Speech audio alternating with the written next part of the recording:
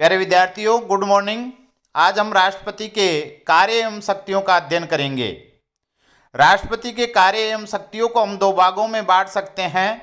पहला सामान्यकालीन शक्तियां, दूसरा आपातकालीन शक्तियां। सामान्यकालीन शक्तियां, सामान्यकालीन शक्तियों को भी विधायी शक्तियां, कार्यपालिका शक्तियां, न्यायपालिका शक्तियां तथा वित्तीय शक्तियों में बांटा जाता है। इस प्रकार राष्ट्रपति को चार प्रकार की सामान्यकालीन शक्तियां हैं। विधायी शक्तियां, दूसरी है कार्यपालिका शक्तियां, तीसरी है वित्तीय शक्तियां और चौथी है न्यायिक शक्तियां। सर्वप्रथम हम विधायी शक्तियों का अध्ययन करते हैं। राष्ट्रपति की निम्नलिखित विधायी शक्तियां हैं। अनुच्छेद 85 के अनुसार राष्ट्रपति संसद का सत्र आहूत करता है तथा सत्र अवसान करता है और लोकसभा को भंग कर सकता है।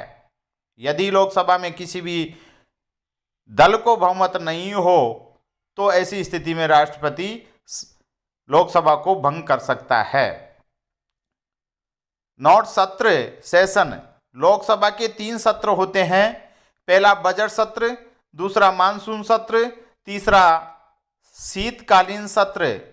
राज्यसभा के 4 सत्र होते हैं। याद रहे कि लोकसभा के 3 सत्र होते हैं, बजट सत्र, मानसून सत्र और शीतकालीन सत्र, जबकि राज्यसभा के 4 सत्र होते हैं, क्योंकि वहां बजट सेशन को 2 भागों में बांटा जाता है, सामान्य बजट और रेल बजट।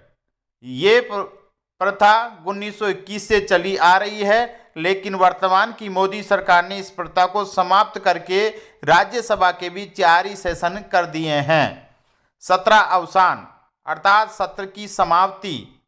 सदन के प्रथम अधिवेशन में से सत्र अवसान तक का समय सत्र कहलाता है।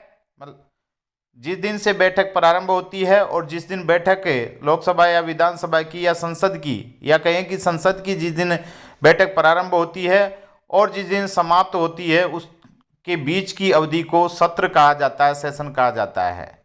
सत्र अवसान राष्ट्रपति करता है, लेकिन स्थगन एडजर्न स्पीकर करता है। आपके सामने प्रश्न आएगा कि सत्र का स्थगन कौन करता है, तो आपका उत्तर होगा स्पीकर करता है। अनुच्छेद 86, इसमें उपबंध है कि राष्ट्रपति को यह अधिकार होगा कि वह संसद के किसी भी सदन को संदेश भेज सकता है, संसद के समक्ष अभिभाषण दे सकता है। नोट, इसमें शक्ति शब्द का प्रयोग न करके अधिकार शब्द का प्रयोग किया गया है। इसमें अधिकार शब्द का प्रयोग किया गया, शक्ति का प्रयोग नहीं किया गया है अनुच्छेद 86 में। अनुच्छेद 87, इसमें राष्ट्रपति के विशेष अभिभाषण का उल्लेख है। अभिभाषण को सरकार या मंत्रिपरिषद तैयार करती है। राष्ट्रपति इसे संसद के संयुक्त अधिवेशन के समक्ष पढ़ता है। राष्ट्रपति के अभिभाषण के बाद सदन में इस पर चर्चा की जाती है और धन्यवाद प्रस्ताव, थैंक्स मोशन पारित किया जाता है। धन्यवाद के अंत में पीएम अपने विचार व्यक्त करता है। इसके पारित होने के बाद स्पीकर राष्ट्रपति को सूचना देता है। आपके सामने कई महत्वपूर्ण प्रश्न आते जा रहे हैं।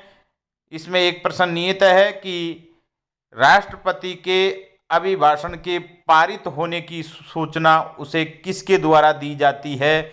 आपके सामने ऑप्शन होंगे मीडिया के द्वारा, प्रधानमंत्री के द्वारा, उपराष्ट्रपति के द्वारा, लोकसभा अध्यक्ष के द्वारा। तो आपका जो उत्तर होगा वो ये होगा कि अभिभाषण के पारित होने की सूचना राष्ट्रपति को लोकसभा के अध्यक्ष के द्वारा दी जाती है। आपके सामने प्रश्न होगा सत्र क्या होता है, तो आपका उत्तर होगा प्रथम, किसी भी सदन की बैठक के प्रथम दिन से लेकर के अंतिम बैठक के दिन के बीच की अवधि सत्र कहलाता है। इसी प्रकार अनुच्छेद 86 का प्रश्न होगा कि इसमें शक्ति का प्रयोग किया गया है अधिकार का, तो आपका उत्तर होगा अधिकार का। अनुच्छेद 111 में राष्ट्रपति के पास निलंबकारी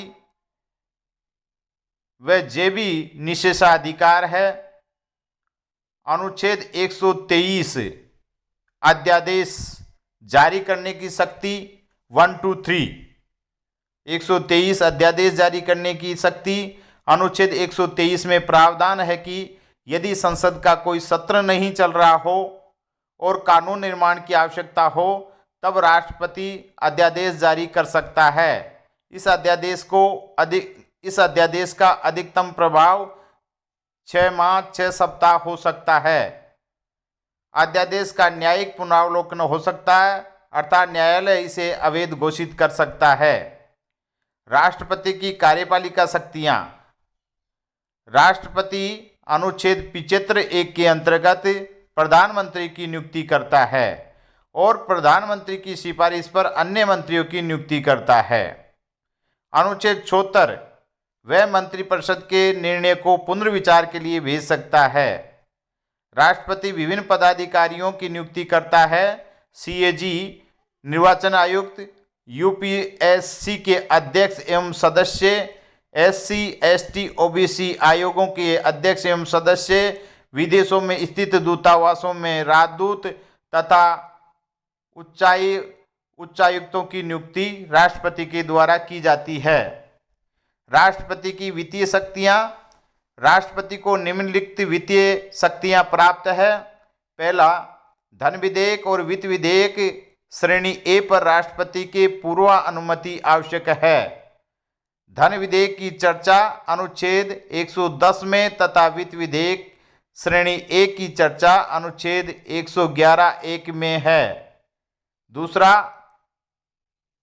अनुच्छेद 112 के अंतर्गत वित्त मंत्री राष्ट्रपति की ओर से लोकसभा में बजट रखता है।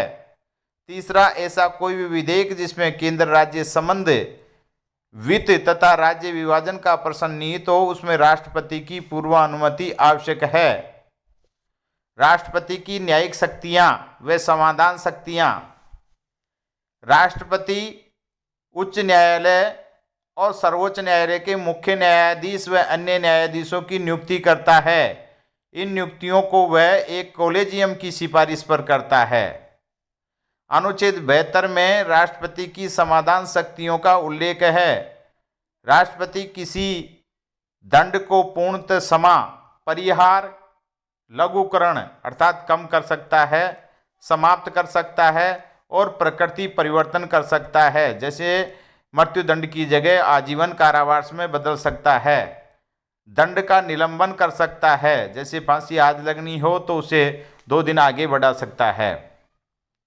भारत के राष्ट्रपति, राज्यपाल, यूएसए के राष्ट्रपति की समाधान शक्तियों का तुलनात्मक अध्ययन इस प्रकार है। भारत का राष्ट्रपति को समाधान की शक्ति, न्यायिक शक्तियां अनुच्छेद 72 के तहत दी गई है, जबकि राज्यपाल को ये शक्ति अनुच्छेद 161 के द्वारा प्रदान की गई है। अमेरिका के राष्ट्रपति को समाधान की शक्ति अनुच्छेद 2 वहाँ के संविधान के अनुच्छेद 2 के तहत प्रदान की गई है। भारत का राष्ट्रपति संविधान की तीनों सूचियों, संघ सूची, राज्य सूची, समवर्ती सूची के किसी कानून का उल्लंघन करने पर किए गए दंड को समाधान कर सकता है, जबकि राज्यपाल केवल राज्य सूची के विषय पर बने कानून के उल्लंघन पर मिले दंड में क्षमा कर सकता है। अमेरिका का राष्ट्रपति तीनों सूचियों पर समाधान कर सकता है। भारत का राष्ट्रपति मृत्युदंड को क्षमा कर सकता है, राज्यपाल उसको क्षमा नहीं कर सकता है, जबकि अमेरिका का राष्ट्रपति मृत्युदंड को क्षमा कर सकता है। इसी प्रकार सैनिक दंड को राष्ट्रपति क्षमा कर सकता है, राज्यपाल को उसमें पावर नहीं है, जबकि अमेरिका के राष्ट्रपति को उसमें पावर है। स्वयं पहल नहीं। भारत का राष्ट्रपति किसी भी दंडित व्यक्ति को स्वयं पहल करके क्षमा नहीं कर सकता, राज्यपाल भी स्वयं पहल नहीं कर सकता, वो भी न्यायिक उस प्रक्रिया के तहत आए हुए व्यक्ति को ही क्षमा कर सकता है, जबकि अमेरिका का राष्ट्रपति स्वयं पहल कर सकता है। इस प्रकार इस मामले में अमेरिका का राष्ट्रपति भारत के राष्ट्रपति से अधिक शक्तिशाली है। नोट: भारत में राष्ट्रपति अब्दुल कलाम ने अफजल गुरु के मामले में स्वयं पहल करने का प्रयास किया था, जिसकी निंदा हुई थी। इसी प्रकार राजस्थान के राज्यपाल निर्मल जैन ने भी स्वयं पहल का प्रयास किया था, जिसकी भी आलोचना हुई। सैनिक शक्ति: अनुच्छेद 53(2) में प्रावधान है कि राष्ट्रपति तीनों सेनाओं का सर्वोच्च सेनापति होगा। इस प्रकार भारत के राष्ट्रपति को बहुत सारी शक्तियां प्राप्त है, लेकिन इन शक्तियों पर अंकुश है। वह स्वयं अपनी शक्ति का प्रयोग नहीं करता है, वो इस शक्ति का प्रयोग मंत्रिपरिषद, प्रधानमंत्री सहित मंत्रिपरिषद की सलाह के अनुसार करता है, क्योंकि हमारे यहाँ संसदीय शासन है। इस प्रकार राष्ट्रपति एक नाम मात्र की शक्ति है, वो केवल भारत का वैधानिक प्रधान मात्र है। धन्यवाद। आज के लिए इतना ही। आगे की क्लास में हम भारत के राष्ट्रपति की आपातकालीन शक्तियों का अध्ययन करेंगे।